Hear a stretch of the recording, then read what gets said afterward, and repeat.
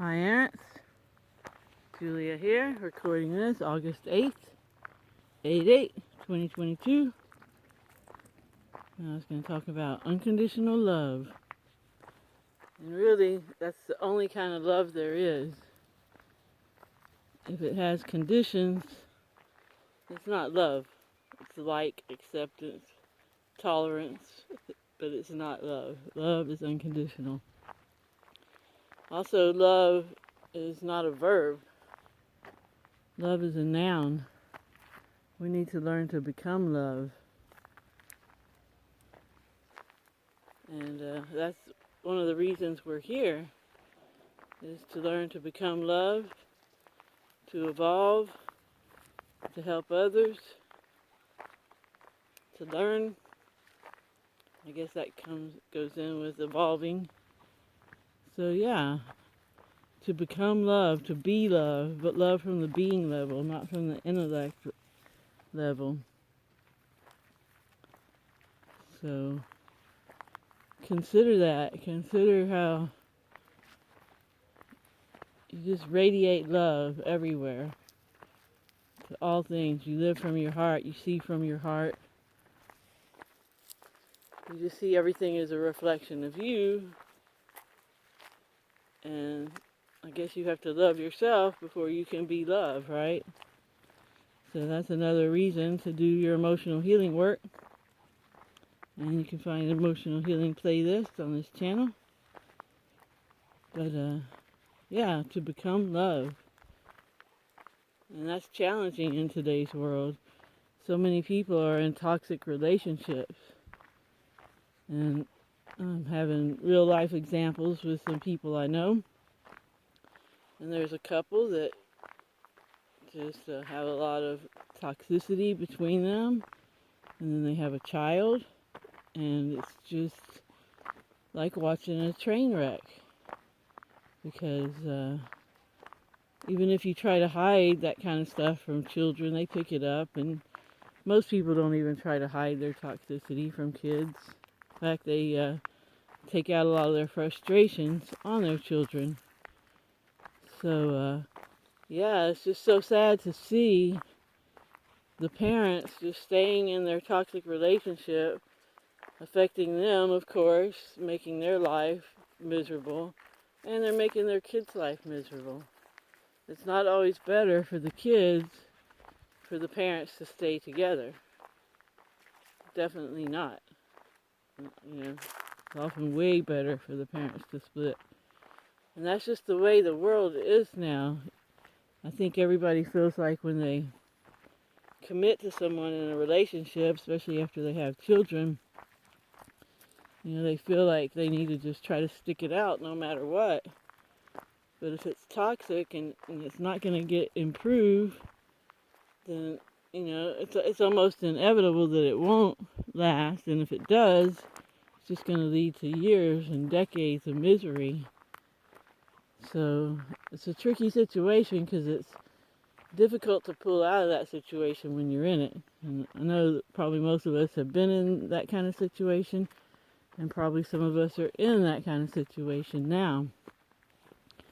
But yeah, you have to find a way to resolve those toxic relationships.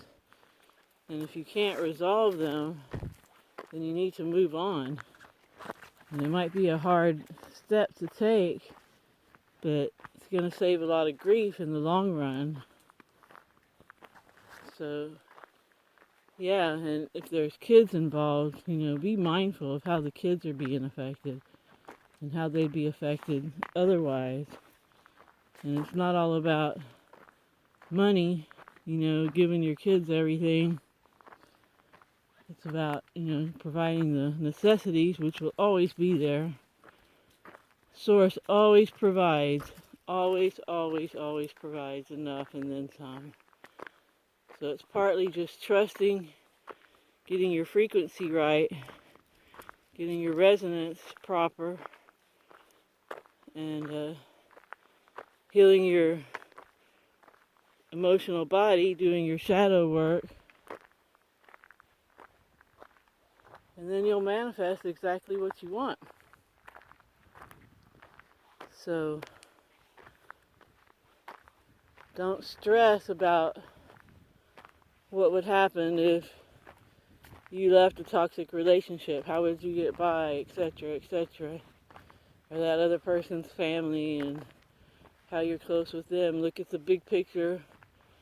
Look at realistically, look at the relationship. Often these toxic relationships aren't very loyal relationships anyway. So, yeah, really examine whether it's worth it for you to stay in that relationship. And if it's not, to figure out a way to exit it, And sometimes you got to be very diplomatic with that, depending on the person. I've been in some situations where I've been scared to leave the other person. And I've been chased with the shotgun before because I left my boyfriend when I was younger. So yeah, it can be really hard to do. There's a lot of guilt and shame involved. But ultimately, these toxic relationships are just going to give you a lot of stress and trauma and drama and eventually disease. It's just, you have to, have an ambience in your own space where you have your own time that's calm and cool and loving and not toxic. And if you harbor hate and anger and bitterness and those kinds of things, then it's really hard to become love. You won't become love if you're anger and anger and bitter and depressed. Yeah, that makes it impossible to do the ultimate, which is what we're here to do, and become love. So consider the relationships that you're in. And this doesn't mean your significant other only. And I've talked about the toxic relationships before. And a lot of us have ended a lot of toxic relationships in the last couple of years because there's been a lot of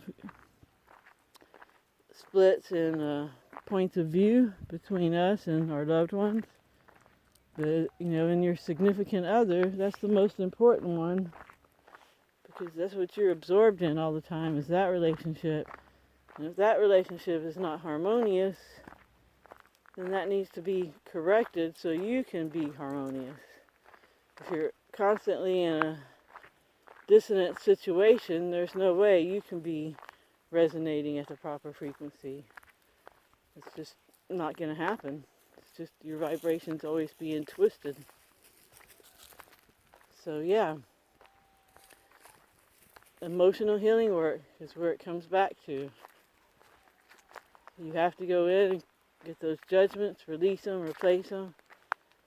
Know who you are, a divine creator being that deserves love, that is love ultimately. But look at this tree here. There's definitely some vortex energy when it was growing. They stripped the bottom of these trees for the cork bark. But yeah, do the emotional healing work, lose the hate and anger and bitterness. That's what caused my mother to pass away early, I'm convinced. Because she was very angry, very bitter, very depressed. And it just wears on you. And it wears on everyone around you too. Everyone you affect. Even people you don't know. Because it's in your biofield. And it's just not a good place to be. And a lot of people these days are angry. They are bitter. They are depressed. And the way to overcome those, again, you feel these emotions, you get through them, but you don't stay there. You can't just stay in constant anger and constant bitterness and constant victimhood. That's not going to serve you or anybody else around you well. So yeah, do that emotional healing work and life will change for you. You'll be surprised. You'll start manifesting what you really want because your subconscious won't be sabotaging it for you, because your subconscious will no longer believe that you're not good enough, that you're not worthy. So yeah, there you go. Thanks for listening. And I hope you have a good morning, afternoon, or evening, wherever you are. And I will talk to you next time. Ciao, ciao.